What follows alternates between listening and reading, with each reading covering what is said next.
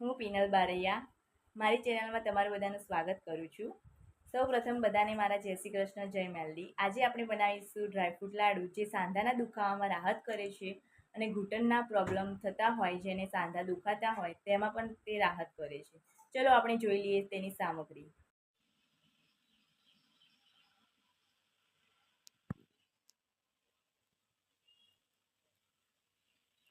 આપણે સૌપ્રથમ અખરોટ લીધી છે, જે 250 ગ્રામ છે। બદામ 250 ગ્રામ છે, કાજુ બી પણ 250 ગ્રામ છે અને આ બ્લેક કિસમિસ છે તે 100 ગ્રામ જેવી છે। પછી સનફ્લાવર સીડ્સ છે 100 ગ્રામ છે, વોટરમેલન સીડ્સ 100 ગ્રામ છે, પમ્પકિન સીડ્સ કોળાના બીજ એ પણ 100 ગ્રામ છે। આશરે આપણે ખસખસ લઈ લીધી છે અને કાળા તલ પણ આશરે લઈ લીધા છે અને વ્હાઈટ તલ આશરે લીધા છે। સૂંઠ પાવડર અને ગંઠોડા પાવડર બંને લીધા છે અને 500 ગ્રામ જેવો ગોળ લીધો છે સમારેલો, અને સમારેલી આપણે જે ખજૂર લીધી છે અને ઘી લીધું છે આપણે ડ્રાયફ્રૂટને તળવા માટે, અને આ ટોપરાની છીણ લીધી છે। ચલો હવે આપણે બનાવીશું ડ્રાયફ્રૂટ લાડુ। સૌપ્રથમ આપણે તેને ગેસ ચાલુ કરી દઈશું। આપણે ગેસ ચાલુ કરી દીધો છે। હવે તેમાં નાખીશું આપણે તળવા માટે ઘી। થોડી તવી આપણે ગરમ થઈ જવા દઈશું, જેથી પાણી બાણી અંદર રહે નહીં। હવે આપણે નાખી દઈશું ઘી।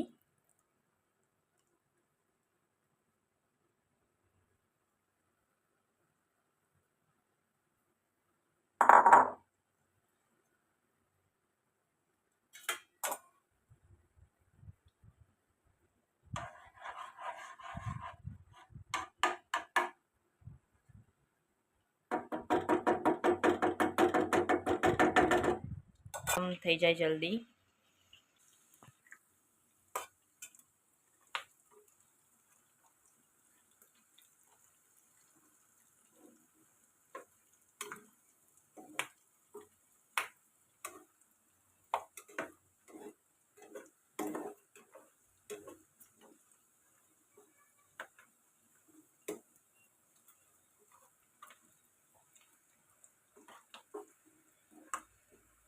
બદામ થોડી ફૂલી જાય ત્યાં સુધી આપણે શેકાવા દઈશું।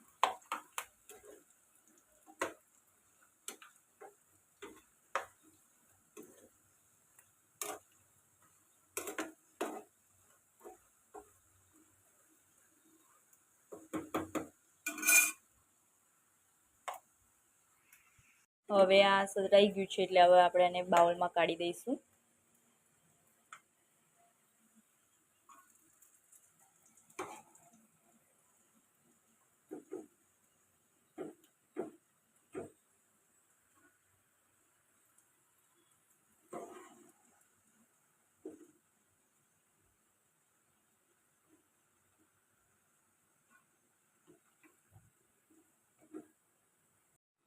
હવે આપણે કાળી દ્રાક્ષ તળીશું।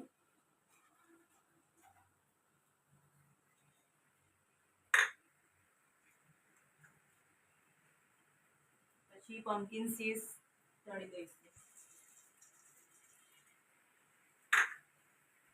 આ વોટરમેલન સીડ્સ પણ તળી દઈશું।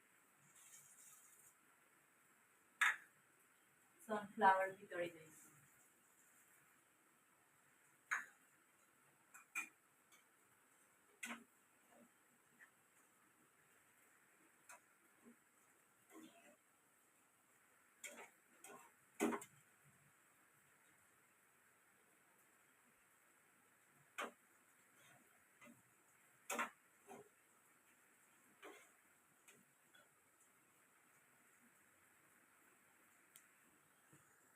દ્રાક્ષ ફૂલીને દડા જેવી થઈ જાય ત્યાં સુધી એને તળવાની। હવે આપણે દ્રાક્ષ એકદમ ફૂલીને દડા જેવી થઈ ગઈ છે, કાળી દ્રાક્ષ। હવે આપણે ગેસ બંધ કરી દઈશું।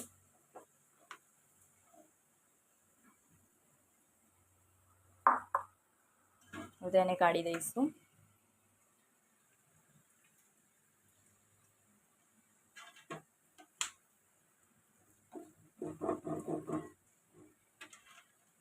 આ ડ્રાયફ્રૂટ લાડુ ડાયાબિટીસ પેશન્ટ પણ ખાઈ શકે છે, સુગર ફ્રી છે, ખજૂર અને ગોળના બને છે, તે લોકોને બી ખાઈ શકાય છે.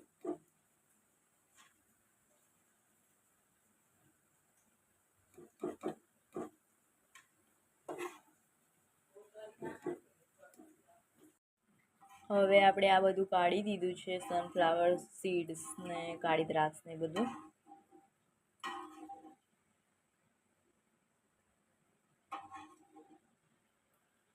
હવે આપણે નાખીશું ચાલુ ગેસ કરીને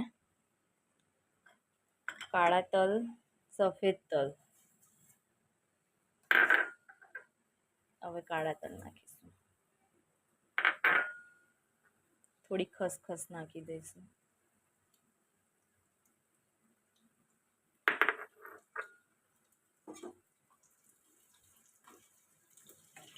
આ બધું છેલ્લે જ સાતળવું જેથી ફૂટશે ઘીમાં.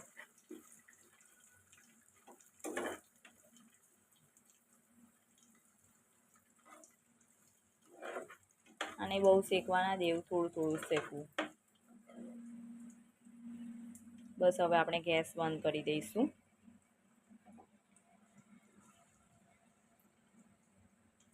ને આ પણ બધું કાઢી દઈશું. ડ્રાયફ્રૂટ બધું મિક્સરમાં ક્રશ કરી દઈશું અધકચરું.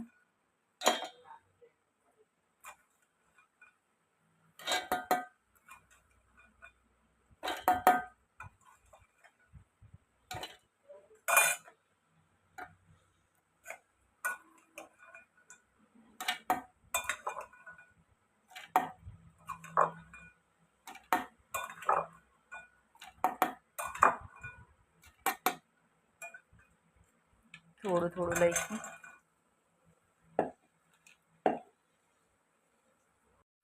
હવે આપણે મિક્સરમાં ક્રશ કરી દઈશું.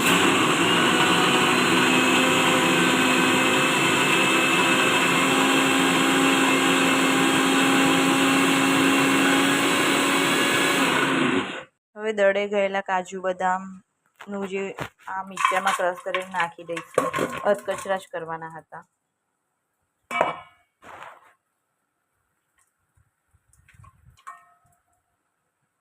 જે બાકીની સામગ્રી વધી હતી તેને પણ દળી દઈશું. પમ્પકિન સીડ્સ, કાળી દ્રાક્ષ હતી, વોટરમેલન સીડ્સ હતા, સનફ્લાવર સીડ્સ, એ બધું જે વધ્યું હતું એ બધું હવે આપણે મિક્સરમાં ક્રશ કરી દઈશું.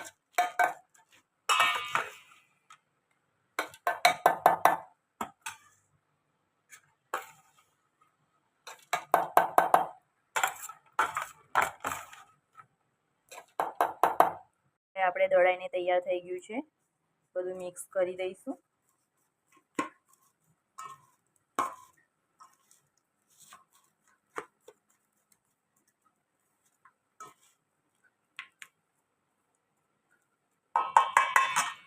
હવે આપણે ગેસ ચાલુ કરીને ખજૂર અને ગોળની સાતળી દઈશું.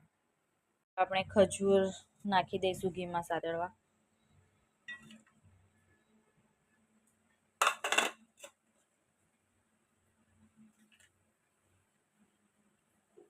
એક રસ થઈ જાય ત્યાં સુધી સાતળીશું.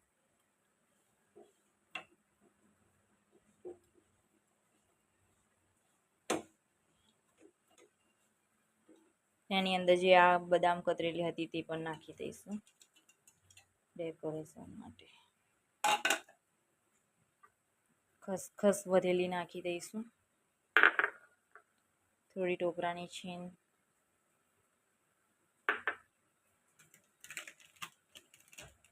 ગંઠોડા પાવડર, સૂંઠનો પાવડર થોડો નાખી દઈશું. હવે ખજૂર સરસ રીતે એકરસ થઈ ગઈ છે એવું લાગે છે. બધી ખજૂર એકરસ થઈ જાય પછી ગોળ નાખી દેવાનું. ગોળનો અને ખજૂરનો પાયો કરીને પછી આ બધા મિક્સરમાં જે મિક્સ કર્યું છે એમાં નાખીશું. ખજૂરનો પાયો થઈ ગયો છે. હવે તેમાં ગોળ મિક્સ કરી દઈશું.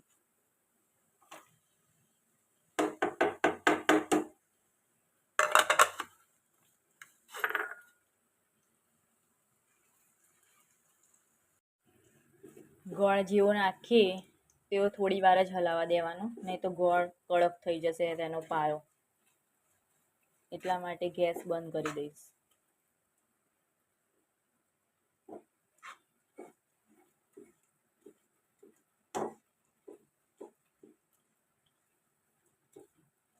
મિક્સ જે ગોળના ટુકડા છે તે એકદમ ઓગળી જાય ત્યાં સુધી હલાવીશું. બધું એક રસ થઈ જાય ત્યાં સુધી.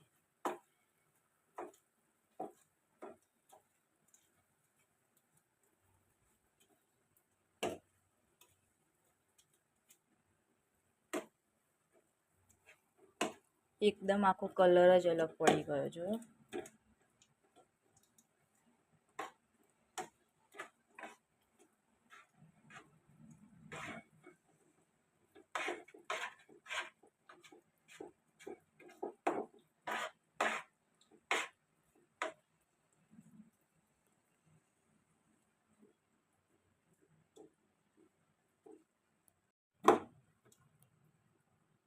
જો હવે એક રસ થઈ ગયો છે પાયો.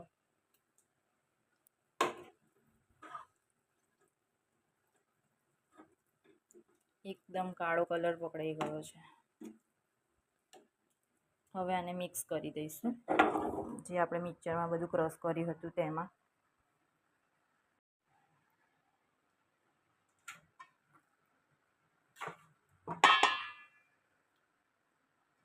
બધું મિક્સ કરી દઈશું.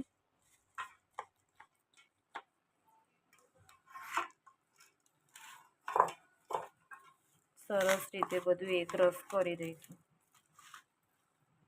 પછી લાડવા પાડીશું ડ્રાયફ્રૂટના.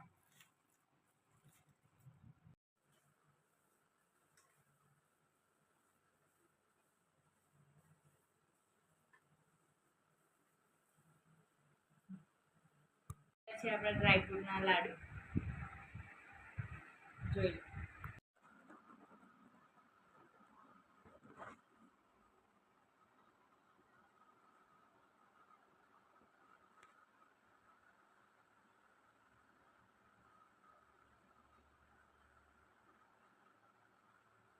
એકદમ સોફ્ટ તૈયાર છે.